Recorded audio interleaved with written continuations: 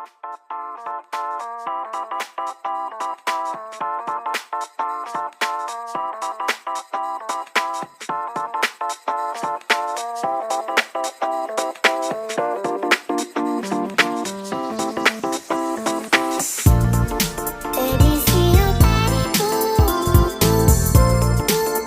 Friends, आपने देखे होंगे बहुत से इफेक्ट होते हैं जब इलेक्ट्रिसिटी हम किसी सर्किट में भेजते हैं, जैसे कि मैग्नेटिक इफेक्ट होता है, हीटिंग इफेक्ट होता है, केमिकल इफेक्ट होता है। तो आज मैं आपको हीटिंग इफेक्ट के बारे में बता रहा हूँ, ठीक है।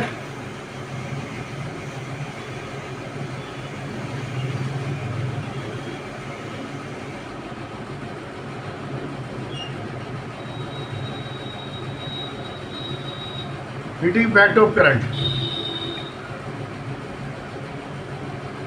जब हम क्या करते हैं, when electric circuit electrical current pass through a high resistance,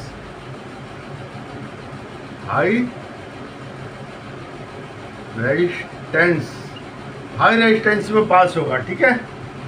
like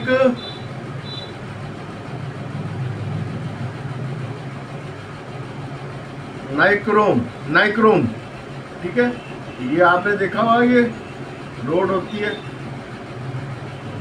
ठीक है। इलेक्ट्रिक रोड होती है पानी गर्म करने की, इमर्सिबल रोड भी इसको कहते हैं। इलेक्ट्रिकल तो ये हीट हो जाएगी, हीट होके रेड हो जाएगी, ठीक है। When electrical pass through a high resistance wire like nickel wire, the resistance wire become very hot and produce heat. It's called the heating effect of current, ठीक है। ये क्या बदला, electric energy into heating energy. हम ये जानते हैं कि energy never be produce NOR be destroyed, तो एक से दूसरे में कन्वर्ट होती है, ठीक है।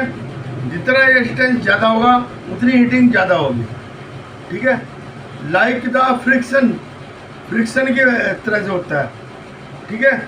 Resistance of electric current is similar to the role of friction, like friction, ठीक है। तो जो फ्लो होता है वो क्या पे डिपेंड करता है, रेजिस्टेंस पे,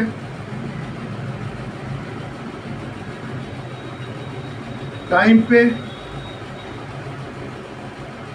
और चार्ज पे,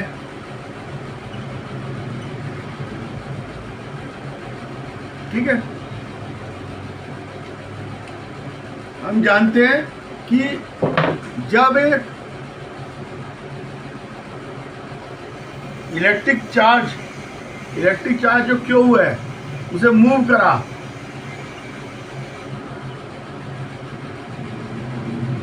ठीक है, अगेंस्ट ए पोटेंशियल डिफरेंस V, ठीक है। ये दो इसका पोटेंशियल डिफरेंस होता है, दो पॉइंट के बीच का जो वोल्टेज में अंतर होता है उसको पोटेंशियल डिफरेंस कहते हैं। इसको V से हम प्रोड्यूस करते हैं। Q को मूव करा, यहाँ से यहाँ तक मूव करा, है ना, 20 में आया और टाइम कितना लगा T, तो वर्क डन कितना हुआ, W equal to Q multiply by V, ठीक है। क्योंकि हमने पहले पढ़ा था V equal to W upon Q, ठीक है। और हम जानते हैं I equal to current equal to Q upon T।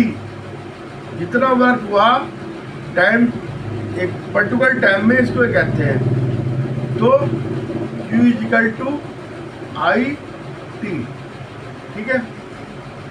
अब हमने Q equal to I T और potential difference V equal to I R, ये भी हम जानते हैं, ठीक है। ए ये Q की वैल्यू आ गई, ये V की वैल्यू आ गई, ये हम यहाँ रख देंगे और ये यहाँ रख देंगे। तो W इजिकल टू क्या हुआ, Q की वैल्यू रखी I multiply by T multiply by I multiply by R। तो I तो W इजिकल टू क्या हुआ, I स्क्वायर R T। ठीक है, अब ये W जो है, वर्क डन जो है, ये इनवर्स, ये directly proportional to I square. अगर हम करंट दुगना कर देंगे, करंट 2 टाइम कर देंगे, है ना, तो वर्क डन 4 टाइम्स हो जाएगा। ठीक है, और W is proportional to R। अगर हम रेजिस्टेंस बढ़ाएंगे तो वर्क डन भी बढ़ जाएगा, उसी रेशो में बढ़ जाएगा। और W टू टाइम, जितना टाइम बढ़ाएंगे उतना ये भी बढ़ जाएगा।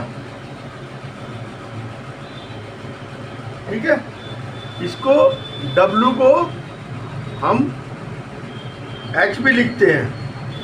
H का मतलब हीट प्रोड्यूस। ठीक है, हीट प्रोड्यूस लिखते हैं। ठीक है, square to the current resistance of wire and time taken, कितने टाइम तक पास हो रही है वो वर्क, और equal to heat produce equal to H, ये इस पे डिपेंड करती है। ठीक है,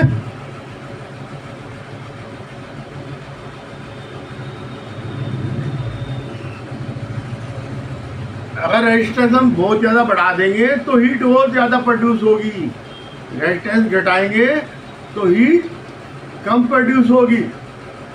ठीक है, और अगर हम रेजिस्टेंस सीरीज में लगाएंगे तो हीट ज़्यादा प्रोड्यूस होगी। अगर हम रेजिस्टेंस ये पैरेलल लगाएंगे तो हीट कम प्रोड्यूस होगी। तो इसका जो हो जाएगा 1/R is equal to 1/R1 plus 1/R2, और ये R इजिकल टू होगा R1 प्लस R2। ठीक है, रेजिस्टेंस ये आधा है या ये आधा है, तो ये आधा है ना, तो रेजिस्टेंस बढ़ेगा। और H इजिकल टू होता I square RT, H proportional to resistance. ठीक है,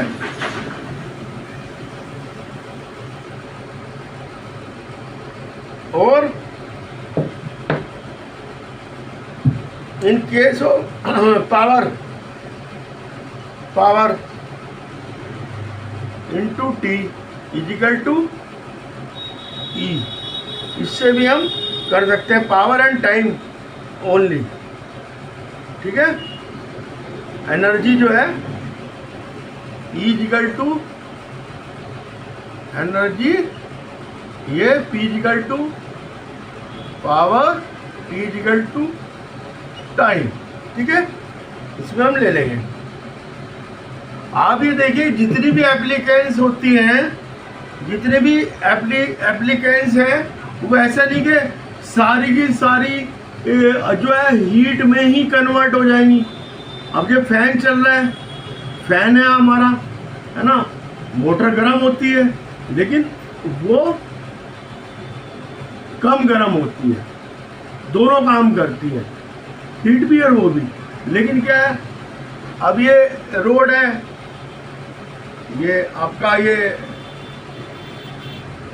रूम मीटर है, रूम मीटर है।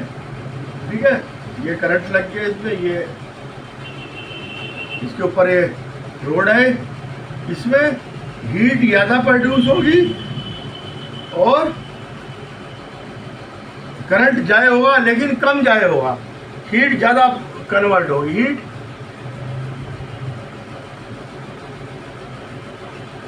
मोर कन्वर्ट। ठीक है, तो हमें ध्यान रखना चाहिए कि सवाल अमाउंट में हीट तो हर एप्लीकेशन में आप बल्ब जलाओगे, बल्ब भी गर्म होगा, उसमें हीट थोड़ी नहीं बनेगी, लेकिन कुछ रेजिस्टेंस जब ज़्यादा होगा तब हीट ज़्यादा प्रोड्यूस होगी। अगर रेजिस्टेंस ज़्यादा होगा, रेजिस्टेंस कम होगा तो हीट कम प्रोड्यूस होगी। ठीक है, अब प्रॉब्लम है पोटेंशियल डिफरेंस ऑफ 250 वोल्ट। ठीक है, एंड रेजिस्टेंस, ये एप्लीकेशन है कोई, उसका रेजिस्टेंस कितना दे रखा है इसने, 500 ओम, 500 ओम इलेक्ट्रिक आयरन है।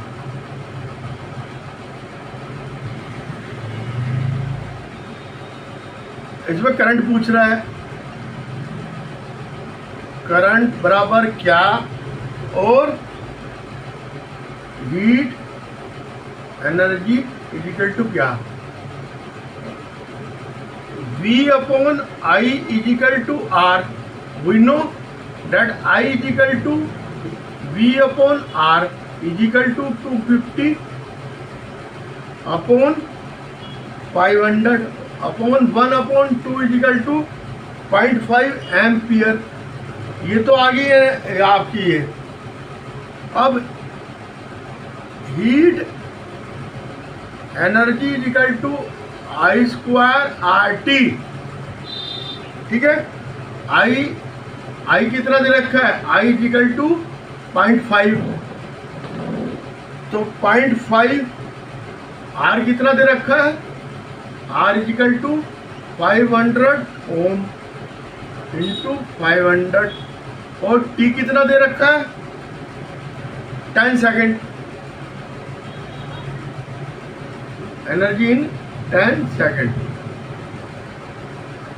10 second.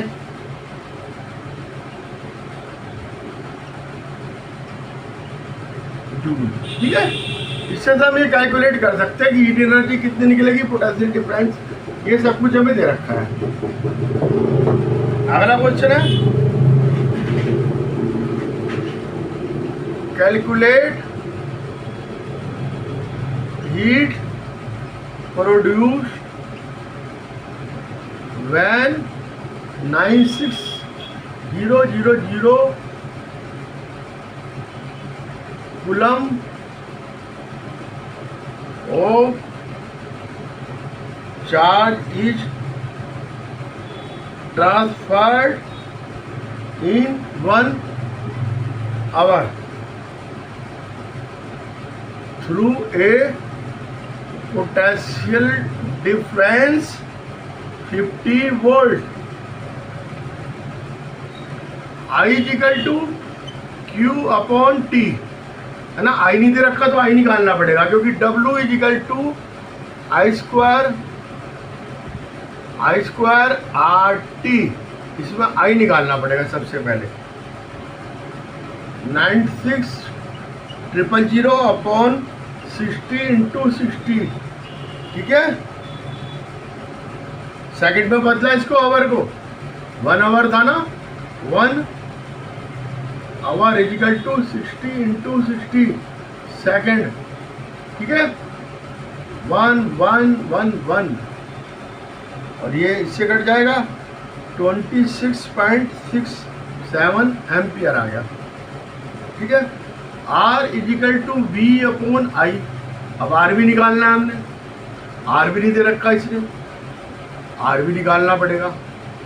Are equal to V upon V दे रखा है 50 वोल्ट, और आई दे रखा है 26.67, ये दे नहीं रखा है, हमने निकाला, इजिकल टू 1.87 ओम।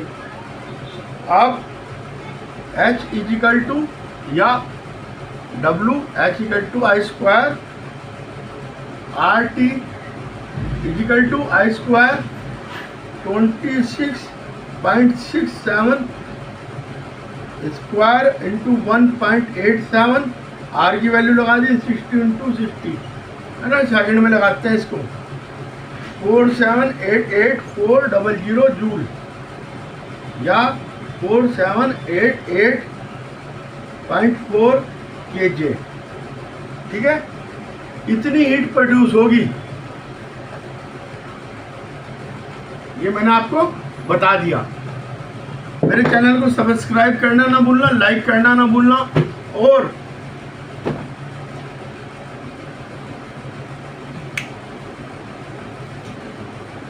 सब्सक्राइब भी करना है, लाइक भी करना है, फॉलो भी करना है।